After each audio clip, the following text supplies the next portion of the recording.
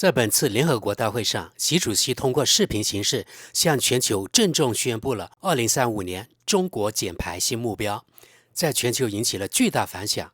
特别是在当下特朗普走回头路，大力发展化石能源的对比下，习主席的讲话尤其具有分量，即体现了中国的大国担当。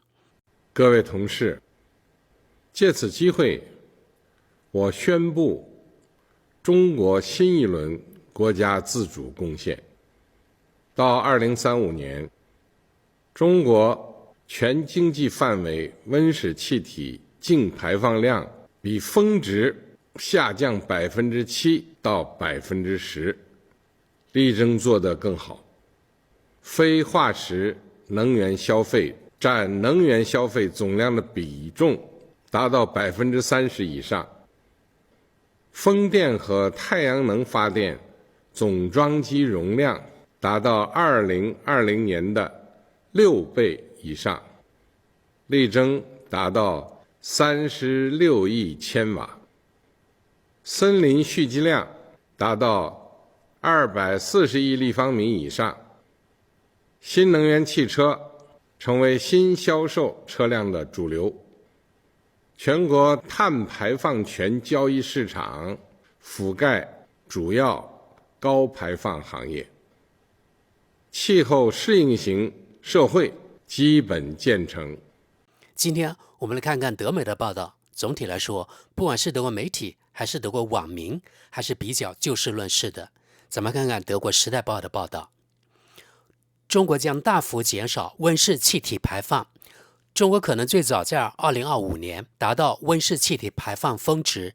该国计划在未来10年内将碳排放量降低最多10%。咱们看配图。中国国家主席习近平在联合国气候峰会上通过视频讲话，宣布了应对气候变化的新目标。中国将在2035年前大幅减少温室气体排放。习近平主席宣布，中国整体经济范围内的净温室气体排放量将比峰值水平降低7%至10%。虽然碳达峰的具体时间尚不明确，但可能就在今年。习主席在联合国气候峰会上表示，这个世界第2大经济体终将减少导致全球变暖和极端天气的温室气体排放。他在未点名美国的情况下，批评了那些抵制全球向清洁能源转型的国家。德国发展与环保组织德国观察称，这是中国气候政策的质变转折点，这是中国首次公布短期或中期气候政策目标。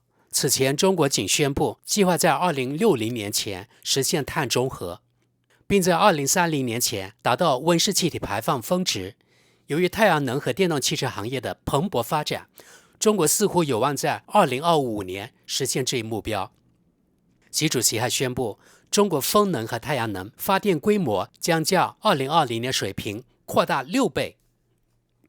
习主席与巴西总统卢拉达西瓦尔在峰会上批评了美国总统特朗普近期公开攻击可再生能源和气候变化概念的行为。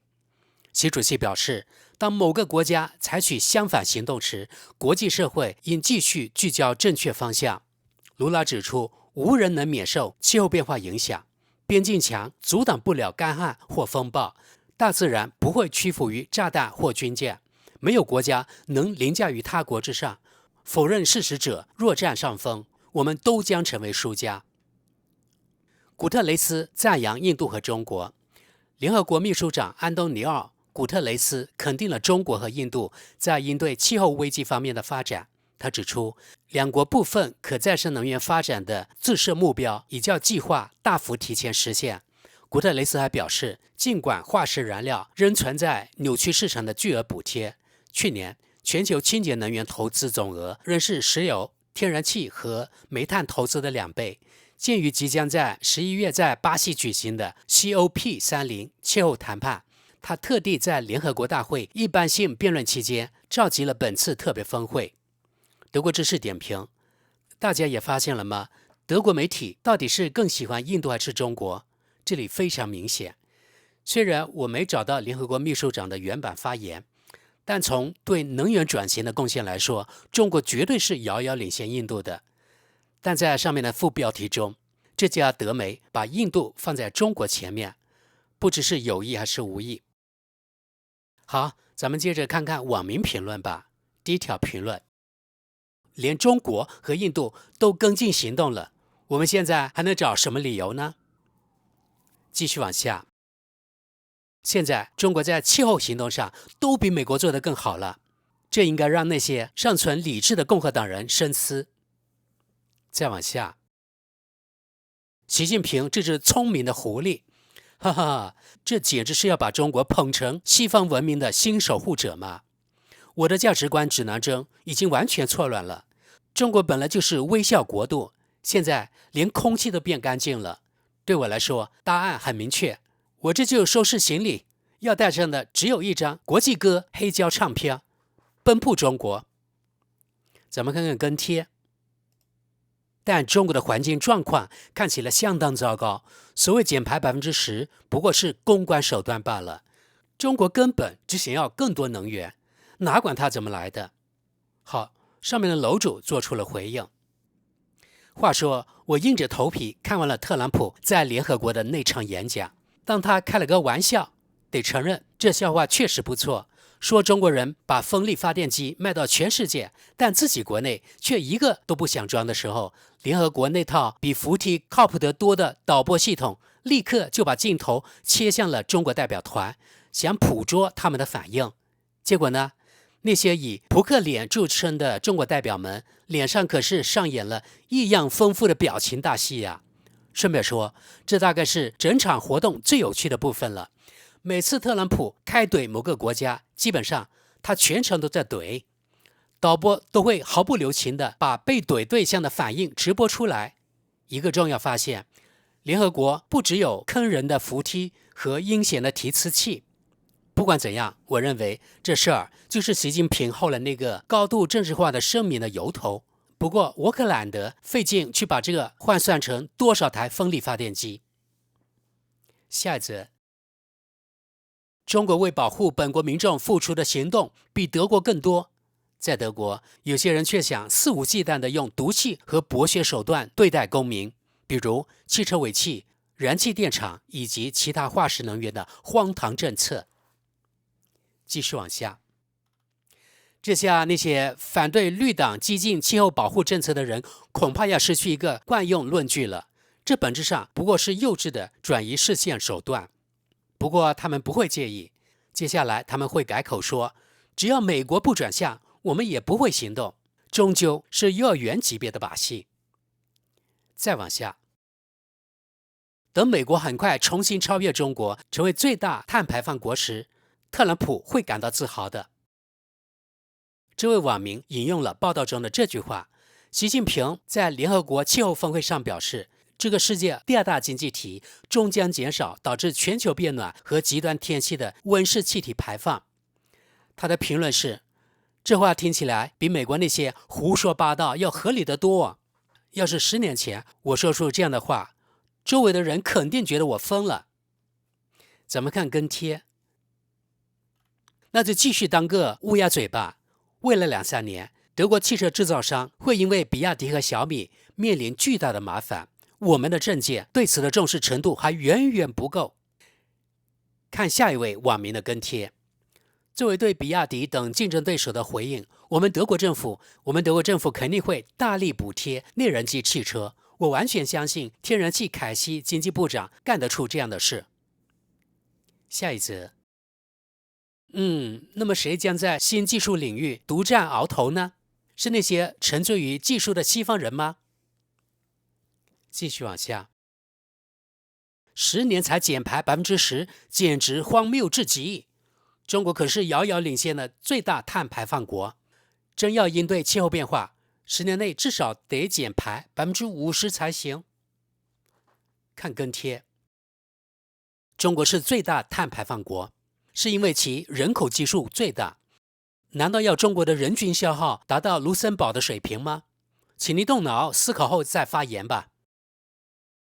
看另一个人跟帖，您说的对，但最终进程可能会更快，因为摆脱化石燃料对中国而言也具有重要的地缘战略意义。毕竟他们在这方面同样依赖进口，就像我们德国一样。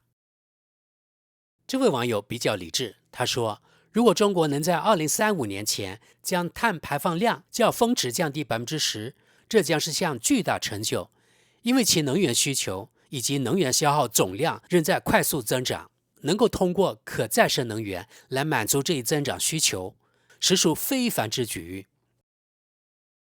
接下来这个人忘记了中国生产了全世界最多的产品，并出口到世界各地，而产生的碳排放却算到中国头上。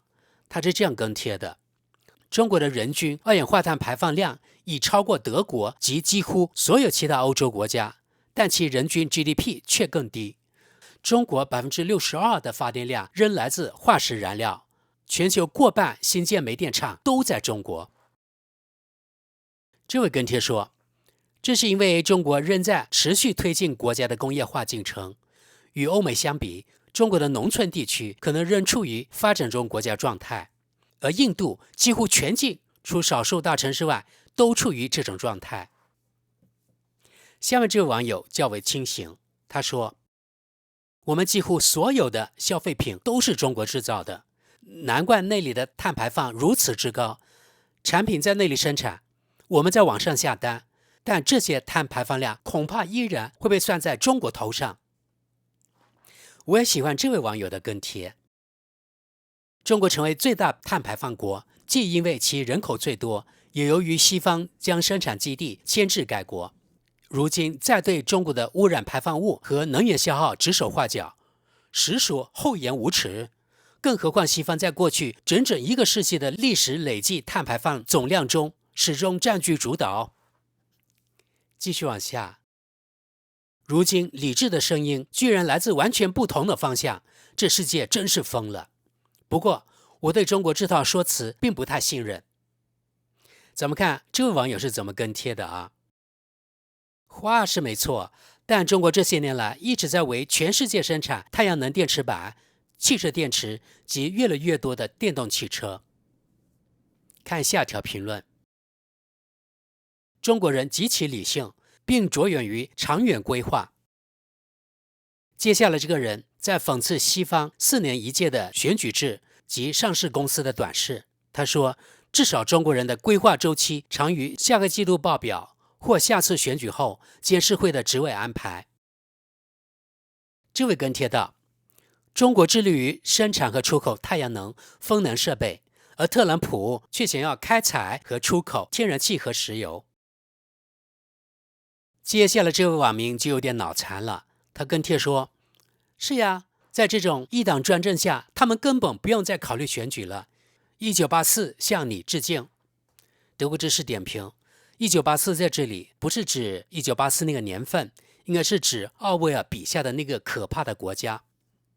下一则，关键在于中国能推行这些措施，是因为他们清楚可再生能源更划算，不仅生产成本更低，对气候也更有利，不转型的代价才是真正的昂贵。继续往下，尽管中国有诸多可批评之处，但这个国家早在多年前就认识到国际合作的价值，不仅在环境和气候保护领域，更在许多其他议题上始终与那些愿意国际社会力量解决问题的国家协同努力。